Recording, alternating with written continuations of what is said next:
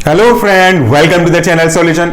आज के वीडियो में हम बात करने वाले हैं बेसिक एनाटॉमिकल या मेडिसिनल वर्ड का, जिसका यूज हम टर्मिनोलॉजी के रूप में आने वाले पूरे टॉपिक्स को कवर करने के लिए करेंगे। आज का टॉपिक बड़ा इंटरेस्टिंग होगा क्योंकि आज के टॉपिक में आपको कुछ बेसिक टिप्स और मैक्सिमम ट्रिक्स मिलेंगे। और जैसा कि आप मेरे हाथ में देख भी रहे हैं कि एनाटॉमी को समझाने के लिए भाई एक मॉडल तो जरूरी है। तो यहाँ पे मेरे बच्चे ने मेरी काफी मदद करी है। छोटा सा है, 1 साल से ऊपर का, लेकिन उसके सारे खिलौने कभी न कभी मेरे किसी न किसी काम आते रहते हैं। तो आज के वीडियो में हम डिस्कस करेंगे बेसिक टर्मिनोलॉजी का, उनका क्या मतलब होता है, कैसे इसको आसानी से समझा जाए और उसके कौन कौन से बेसिक एग्जांपल होते हैं। तो सबसे पहले मैं आपको बता दूं कि जब कभी भी आप एनाटॉमिकल टर्म के बारे में बात करेंगे तो एक स्पेसिफिक पोजीशन के बारे में हमको याद रखना पड़ेगा। हालांकि इस खिलौने के साथ वो पोजीशन बना के दिखा पाना थोड़ा सा मुश्किल है क्योंकि इसमें मूवमेंट ज्यादा होते नहीं, लेकिन फिर भी अगर आप बात करते हो एनाटॉमिकल टर्म के रेस्पेक्ट में तो वो बेसिक केस में आपका जो स्ट्रक्चर है, पोस्चर है, वो इसी तरीके से होगा। हाथ थोड़ा सा सामने की ओर खोलेंगे, बाकी पोजीशन यही होगा। तो इसी पोजीशन को ध्यान में रखते हुए हम बात करते हैं कि कौन सा ऑर्गन किसके सुपेरियर, किसके इंफीरियर, किसके प्रॉक्सिमल, किसके डिस्टल, जैसे अलग अलग वर्ड में हम उसको देख सकते हैं। एनाटॉमी के वर्ड को इसलिए स्पेसिफिक तरीके से जानना जरूरी है या इसलिए इसको एक्सप्लेन करना बहुत जरूरी है कि आप अगर किसी एक कंट्री में बैठे हो, सपोज इंडिया में अगर आप बैठे हो और किसी एक पोजीशन को बताना चाहते हो ऑर्गन का, ये आपने उसको एक्सप्लेन किया। यही व्यक्ति अगर कहीं फॉरेन चला जाता है तो वो क्या अलग बताएगा? अगर अलग बताएगा तो उसको समझा पाने में बहुत दिक्कत होगी। इसीलिए एक कॉमन टर्मिनोलॉजी को अडॉप्ट किया गया है ताकि वो दुनिया के किसी भी कोने में जाए उसको बेसिक्स पता हो कि अगर आप बात कर रहे हो superior to this, inferior to that, तो वो सामने वाले को भी इजीली समझ में आ जाए कि आप किस जगह के बारे में बात कर रहे हो, किस पोजीशन के बारे में बात कर रहे हो। एग्जांपल के रूप में समझ लीजिए IUPAC नेम या फिर हमारा बॉटनिकल नेम, कि अगर आप किसी चीज को भी बोलते हो, सदाबहार को अगर मैं बोलूं आपसे तो शायद आपके स्टेट में इसको इस नाम से ना जानते हो, लेकिन अगर मैं सदा सुहागन कहूं तो वो भी शायद आप इस चीज को ना जानते हो। लेकिन अगर मैं कहूं विंका रोजिया तो ये पूरे दुनिया में, ना केवल आपके मेरे स्टेट में बल्कि पूरी दुनिया में इसको जाना जाएगा। इसीलिए एनाटॉमिकल वर्ड्स का जानना बहुत जरूरी है। मैक्सिमम बच्चे इंक्लूडिंग फार्मेसी, MBBS, इसमें थोड़ा सा स्टार्टिंग में उनको डिफिकल्ट होता है, बट इसमें डिफिकल्टी की कोई बात ही नहीं है, बिकॉज जहां पे सोल्यूशन फार्मेसी होता है वहां पे आपके प्रॉब्लम का सॉल्यूशन जरूर होता है। चलिए स्टार्ट करते हैं इस एनाटॉमिकल टर्म्स को। पहले हम बात करते हैं सुपीरियर का। सुपीरियर मतलब क्या होता है, ये टॉपिक लंबा जाएगा, प्लीज बने रहिएगा। सुपीरियर का मतलब होता है, अगर आप बात करो ऊंचा या फिर ऊपर की बात करें, एक नॉन मेडिकल एग्जांपल ले लेते हैं। अगर मैं कहता हूं कि मैं सुपीरियर हूं ऑफिस में उससे पोजीशन वाइज, तो मैं उसके पोजीशन के हिसाब से मैं ऊपर पोजीशन पे आ जाता हूं। तो यहां पे सुपीरियर का बेसिक मतलब क्या है वो देख लीजिए। सुपीरियर का मतलब होता है upper part of the structure. जिस स्ट्रक्चर के बारे में आप बात कर रहे थे, यहां पे अगर मैं बात करूं इस खिलौने के साथ में बात करके, तो पहले समझते हैं The upper part of the structure, ये सुपीरियर कहलाता है। ये पूरा स्ट्रक्चर हो गया। तो इस स्ट्रक्चर के अपर पार्ट, अगर मैं इसको बीच से एक काल्पनिक रेखा मानूं तो इससे ऊपर वाले हिस्से ऊपर की ओर जाएंगे, नीचे वाले हिस्से नीचे की ओर जाएंगे। किसको किससे ऊपर दिखा रहे हो उसके रेस्पेक्ट में बात होगी, क्योंकि आप ऐसा नहीं बोल सकते कि हमेशा ये चीज ऊपर ही होगी, तो इससे ऊपर कोई अगर है तो वो उसके नीचे आ जाएगा। So you have to compare. जैसे अगर आप ये बोलोगे कि राम श्याम से बड़ा है या लंबाई में ज्यादा है, तो श्याम सभी को तो ज्यादा हो सकता है, तो आप किसके किसके बीच में कंपेयर कर रहे हो उसी के हिसाब से आपका वर्ड यूज होगा। तो यहां पे एग्जांपल देख लीजिए, head is superior to neck, यानी कि जो सर का हिस्सा है वो नेक, गर्दन के हिस्से से ऊपर है, सुपीरियर है। तो यहां पे देखिए ये गर्दन है और ये हमारा हेड है, तो head is superior to neck, यानी कि ये जो नेक है वो आपके इस सर के नीचे है। लेकिन आप किसके रिस्पेक्ट में बात कर रहे हो? नेक और सर, यानी कि गर्दन और सर का ही तुलना कर रहे हो, तो हम बोल सकते हैं head is superior to neck. समझ में आ गया? सुपीरियर का मतलब होता है ऊपर वाला हिस्सा, और इसको समझ सकते हैं एक बेसिक टिप्स से। टिप्स आपको काम करेगा। टिप्स मैंने एक ही बार लिखा है, आगे जाकर ट्रिक लिखा हुआ है। तो टिप्स ये है कि ट्रिक्स ऐसे बनाना है। देखिए ये क्या कहता है, सुपेरियर। सुपेरियर के स्पेलिंग बिल्कुल वही है, बट मैंने बीच के वर्ड्स को एक इंग्लिश में डाल दिया है। थोड़ा सा स्पेलिंग मैंने इसकी चेंज करी हुई है। सुपेरियर के स्पेलिंग को अगर आप चेंज करके देखोगे तो ये है सुपेरियर। सुपेरियर में पहला वर्ड और IOR तो इसी से लिया गया है। बीच के वर्ड को चेंज करिए UPER, तो ये हिंदी में क्या समझ में आ रहा है? ऊपर, ऊपर। सुपेरियर का पहला और आखिरी तीन वर्ड हटा दें तो समझ में आ रहा है ऊपर। इट इज साउंड लाइक ऊपर, और हिंदी में इसको बोलते हैं ऊपर। हिंदी में हैंडराइटिंग सही नहीं होगी तो थोड़ा सा एडजस्ट करिएगा। तो ऊपर वाले हिस्से को अगर आप बताना चाहते हो तो वो सुपेरियर कहलाएगा। जैसे मेरा जो नाक है वो सुपेरियर टू माउथ, किसका किससे कंपेयर कर रहे हैं? उससे। और फिर ये जो हेड है वो सुपेरियर टू नोज भी है। अब अगर आप बालों आंख, eyes is superior to nose, तो अब दूसरे कंपेयर में आपका head is superior to eyes. किससे कंपेयर कर रहे हो उसके रिस्पेक्ट में आपको ये वर्ड यूज करना पड़ेगा। आई होप कि समझ में आ गया होगा। दूसरा है इंफीरियर। सुपीरियर का अपोजिट है इंफीरियर। इंफीरियर का मतलब होता है lower part of a structure. अगर आप किसी स्ट्रक्चर में किसी लोअर पार्ट को इंडिकेट करना चाहते हो तो वो इंफीरियर कहलाएगा। एग्जांपल की बात देख लीजिए, mouth is lower to the nose, यानी कि यहां पे मुंह, नोज, नाक से नीचे है। इंफीरियर मतलब नीचे। तो यहां पे देखिए नोज तो ऊपर है ना और माउथ नीचे है, तो हम यहां पे क्या बोल रहे हैं? Mouth is inferior to nose. ये जो माउथ है वो नोज के नीचे है, मतलब उस पर्टिकुलर पार्ट से नीचे है। तो ये आपको समझ में आ गया इंफीरियर का मतलब। अब यहां पे एक टिप्स और आपको मिल जाएगा। इंफीरियर का मतलब होता है इनफीरियर, तो बात का वर्ड है, पहला वर्ड है इन। इन में हम हमेशा अक्सर प्रीपोजिशन के हिसाब से नीचे वर्ड के लिए यूज करते हैं। तो यहां पे इंफीरियर का मतलब हुआ lower part of the structure. आगे बात करिए तो हमारा एक और नया वर्ड है एंटीरियर। एंटीरियर, एंटीरियर क्या होता है? आप देखिए, towards the front of the body, towards the front of the body. ये एग्जांपल है sternum, that is also known as chest bone, is interior to the heart. क्या है ये चीज? इंटीरियर का मतलब होता है towards the front of body, towards the front of body मतलब बॉडी के सामने की ओर, बॉडी के सामने की ओर मूव कर रहा है। इसको अगर आप देखोगे ऐसे आपके सामने में देखोगे तो ये इस ऊपर की ओर जा रहा है। ये ऊपर वाला हिस्सा है और बैक साइड पीछे वाला हिस्सा है, तो towards the upper side of the body. अगर इसको मैं ऐसे लिटा दूं तो ये अप इस पोजीशन में जाएगा, towards the upper part of body. जो बॉडी के सरफेस के ऊपर की ओर आ रहा होगा वो हमारा कहलाएगा एंटीरियर। यहां पे एग्जांपल देख लेते हैं और अच्छे से क्लियर हो जाएगा। एग्जांपल मैंने बताया है कि sternum chest bone is anterior to heart. जो हमारे चेस्ट बोन होते हैं, यहाँ पे जो रिब्स है वो हमारे हार्ट के ऊपर है ना, ऊपर को। सबसे पहले क्या पढ़ रहा है? हमारा चेस्ट बोन पढ़ रहे हैं, फिर हमारे हार्ट पढ़ रहे हैं। तो ये हो गया हमारा एंटीरियर। एक ट्रिक की बात करोगे, अगर आप ट्रिक समझना चाहते हैं तो देखिए, एंटीरियर का पहला वर्ड है ए। हमेशा ये चीज काम आएगा आपकी। एंटीरियर का पहला वर्ड है ए, और ए को मैं समझ सकता हूं आगे। आगे मतलब सामने की ओर, इन द फ्रंट। तो यहां पे A for anterior, A for आगे, आगे मतलब front, towards the front of body, body के सामने की ओर आ रहा है। ये मेरा सामने वाला हिस्सा है तो इसके ऊपर की ओर आ रहा है, ये हमको समझना पड़ेगा। दूसरा है posterior. Now it's again opposite to anterior. Posterior मतलब क्या होता है? Towards the back of body, body के पीछे की ओर मूव कर रहे हैं। अगर वापस से जमीन की ओर देखेंगे तो हम इसको ऐसे बोल रहे हैं, आपके पहले वाले को एंटीरियर को आगे की ओर, आगे की ओर, पीछे से आप इशारा देखिएगा, पीछे से आगे की ओर आ रहा है एंटीरियर। और towards the back of body बोलूंगा तो ये ऐसे घूम जाएगा और ऐसे आएगा towards the back of body, towards the back of body. तो ये इशारा जो समझिएगा, एंटीरियर आगे की ओर आ रहा है आपके, और टुवर्ड्स द बैक मतलब ये पीछे की ओर जा रहा है पोस्टीरियर के रूप में। तो यहां पे आपको समझना है। एग्जांपल देख लीजिए, इसका है towards the back of body. Oesophagus is posterior to the trachea. जो हमारा इसोफेगस है, जो हमारा फूड पाइप है, वो ट्रैकिया के पोस्टीरियर है। ये समझ में आ गया आपको एग्जांपल। ट्रिक भी देखिए तो वो भी बहुत सिंपल है, एंटीरियर के जैसा ही है। पी स्टैंड फॉर, पहला वर्ड है पी का, तो पी स्टैंड फॉर पीछे।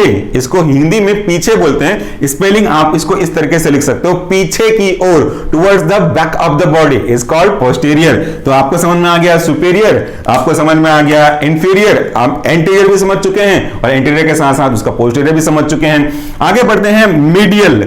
Medial as its name indicate is a part of middle. यहां एक इमेजिनरी लाइन हमको खींचनी पड़ेगी। जैसे अगर ये डमी है तो एक इमेजिनरी लाइन ये खींच सकते हैं कि ये बीच का हिस्सा उसको मिडिल पार्ट में डिवाइड कर रहा है, मतलब इसके हेड और नोज होते हुए इसके इस सेक्शन को डिवाइड कर रहे हैं। तो ये सेंटर लाइन हो गया। इमेजिन करना पड़ेगा आपको, सेंटर लाइन ये बीच का, और अवे द सेंटर लाइन ये इसके हाथ की ओर इशारा कर रहे हैं, इस तरफ और इस तरफ। तो बीच की लाइन मतलब जो बीच की तरफ जा रहा होगा वो सेंटर पॉइंट से आप इसको एसोसिएट कर सकते हो। चलिए समझ लेते हैं। पहला मीडियल मतलब कहता है near the mid line, near the mid line. Mid line एक काल्पनिक रेखा है जो दो भागों में बांट रहा है। तो कोई भी अगर ऑर्गन नजदीक जा रहा है मिड लाइन के तो उसे हम मीडियन कहेंगे।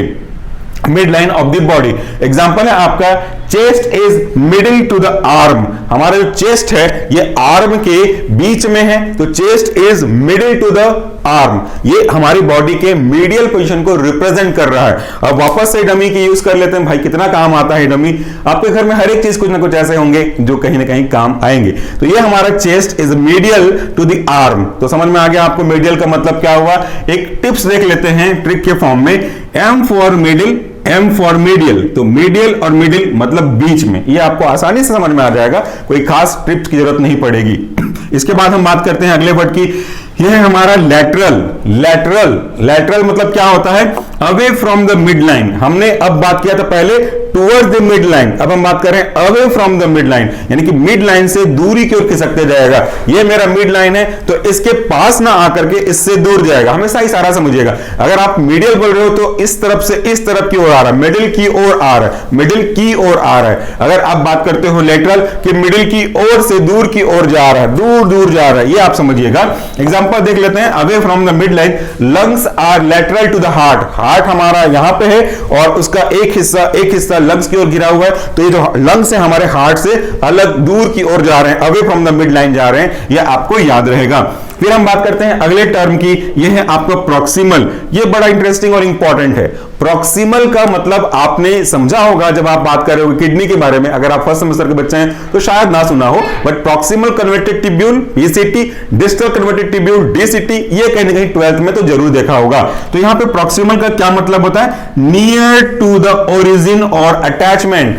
कोई भी चीज जहां से शुरू हो रही होगी तो शुरू होने के बाद तो फैलती जाएगी, तो वो हिस्सा जो कि आपके ओरिजिन से या तो अटैचमेंट से पास होगा वो प्रॉक्सिमल कहलाएगा। अब यहां पे एक चीज और समझा दूं आपको, प्रॉक्सिमल का मतलब यहां पे कई अलग अलग बुक में अलग अलग दिखाते हैं, बट ये याद रखिएगा तो ज्यादा आसानी से याद रहेगा कि it is near to the origin. जिस जगह से शुरुआत हुई है उसके नजदीक जाएगा वो हमारा प्रॉक्सिमल कहलाता है, या तो अटैचमेंट जिससे वो जुड़ा हुआ है। एग्जांपल देख लीजिए, wrist is proximal to hand. Wrist है वो हैंड के पास में है, हाथ के पास में, जैसे प्रॉक्सिमल। आप टिक्स जो ट्रिक्स है वो भी तो वही कह रहा है। P फॉर प्रॉक्सिमल, यहां पे देखिए P को मैंने रेड में लिखा है, P फॉर प्रॉक्सिमल और P फॉर पास। पास मतलब होता है नियर, इसको इंग्लिश में नियर बोलेंगे और अपन हिंदी में इसको पास बोलते हैं। सो P for pass, P for near, तो पास का जो आएगा या जो पहले आएगा वो हमारा प्रॉक्सिमल कहलाता है। प्रॉक्सिमल और डिस्टल, इन दोनों को समझाने के लिए इससे अच्छा कोई डायग्राम हो नहीं सकता था, क्योंकि हम इसको बचपन से जानते हैं। ये हमारा किडनी का एक यूनिट है नेफ्रॉन,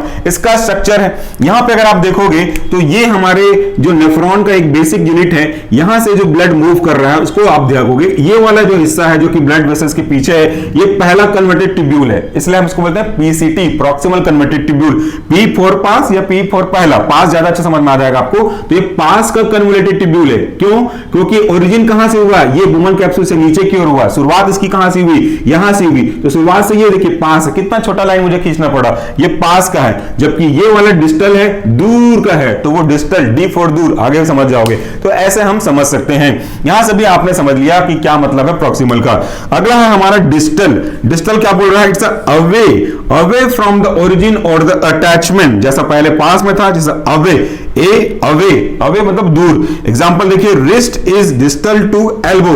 जो रिस्ट है हमारा वो एल्बो से दूर है, जो रिस्ट है हमारा एल्बो से दूर। रिस्ट एल्बो, रिस्ट एल्बो, दूर हुआ, ये हम इसको समझ सकते हैं। एक ट्रिक देख लीजिए, डिस्टल का पहला वर्ड है D, and D stand for दूर, नॉट डोर। डोर मत पढ़िएगा इसको, दूर, जैसे दूर, दूर मतलब अवे, ये हिंदी में समझ लीजिए, दूर मतलब अवे, ये डोर नहीं, फिर से कह रहा हूं, ये अवे की ओर इशारा कर रहा है, तो that is away, distal away. ये पास में था और ये डिस्टल है, कितना लंबा डिस्टेंस तय करना पड़ा, तो डी फॉर दूर, डी फॉर डिस्टल। आगे बात करते हैं सुपरफिशियल। सुपरफिशियल मतलब क्या होता है, मैं बहुत अच्छा एग्जांपल देता हूं। एज ए टीचर जब हम बात करते हैं कि आपको पढ़ाई करनी चाहिए, तो बच्चे पास होने के लिए क्या करते हैं, सुपरफिशियल पढ़ लिया सर मैंने सब कुछ। सुपरफिशियल मतलब ऊपर ऊपर पढ़ लिया है, क्या क्या क्वेश्चन है वो आंसर पढ़ लिया है, एकदम डीप में जाकर के मैंने नहीं पढ़ा। तो सुपरफिशियल मतलब ऊपर ऊपर, सतही सतही, और डीप मतलब पूरा अंदर के कॉन्सेप्ट को पढ़ लेना। यही तो यहां भी काम आएगा। चलिए देखते हैं। सुपरफिशियल मतलब है toward the surface of the body, body के सरफेस की ओर, सरफेस मतलब ऑब्वियसली ऊपर ही होगा, तो बॉडी के सरफेस के ऊपर हम बात करते हैं तो वो सुपीरियर कहलाता है। Example, ribs are superficial to the lungs, जो पहले देखा था, रिब्स जो है हमारे वो लंग्स के ऊपर की ओर हैं, toward the surface of the body की ओर हैं, तो यहां पे हम समझ लिए सुपरफिशियल। एक ट्रिक देखेंगे तो S for superficial, S for surface, surface मतलब सतह, हिंदी में सतह, इंग्लिश में इसको ऐसे लिखेंगे, तो S for superficial, S for surface, S for सतह, और ये हम उसको बता रहा है सतह की ओर जा रहा है। ये हमारा सतह है कि नहीं भाई, हिंदी में बोल रहा हूं, समझ में आएगा आपको। सतह एज अ फ्लैट सरफेस, तो आपके सरफेस की ओर आ रहा है, दैट इज सुपरफिशियल। और दूसरा जो वर्ड लगा हुआ deep, that is away from the superficial part, that is away from the surface of the body, यानी कि अंदर की ओर जा रहे होंगे। अबे उल्टा ही है दोनों चीजें, एक ऊपर की ओर जाएगा तो दूसरा नीचे की ओर जाएगा। Example, bones are deeper to skin, ये मेरी स्किन है तो स्किन के नीचे ही तो बोन होगा। कभी ऐसा देखा है कि बोन ऊपर और स्किन नीचे, एक्सेप्ट जो ट्रॉमा और इंजरी को छोड़कर के एक्सेप्शनल केस को, तो हमारा स्किन हमेशा ऊपर होता है। तो हम इसको उल्टा भी बोल सकते हैं इस एग्जांपल का, अगर आप बोलोगे skin are superficial to bone, और अगर आप उसको उल्टा बोलोगे तो पैसिव वॉइस में कन्वर्ट कर दीजिए, bones are deeper to the skin. ये दोनों चीजें हम उसको वाइस वर्सा बोल सकते हैं। तो ये हमारा सुपरफिशियल का मतलब समझ गए। डीप का भी मतलब समझ गए होंगे, away from the surface of the body, तो bones are deeper to the skin. Tips देखिए, डीप मतलब गहरा, गहरा मतलब जो इनसाइड की ओर जाता होगा, इनसाइड मतलब अंदर की ओर जाता होगा, deeper inside is called inside, मतलब डीपर मतलब गहरा। तो ये कुछ बेसिक एनाटॉमिकल टर्म्स के बारे में आज मैंने आपको डिस्कस किया।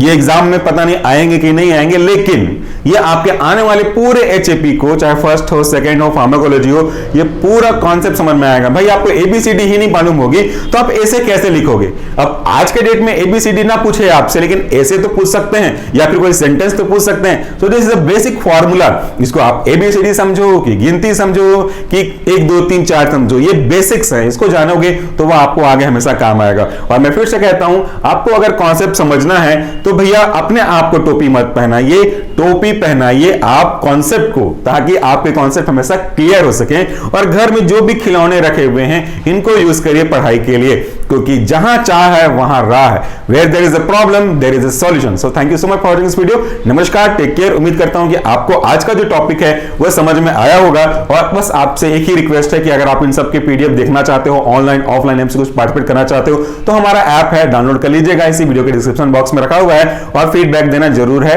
वो हमारे लिए काफी यूजफुल होता है कि कहां पे इंप्रूवमेंट करना है, कहां पे मैनेज करना है। एक बार फीडबैक कमेंट बॉक्स में जरूर दीजिएगा। इसका स्क्रीनशॉट अगर आप लेना चाहेंगे तो थोड़ी देर बाद मैं हट जाऊंगा, आप आराम से ले सकते हैं। Thank you again, take care.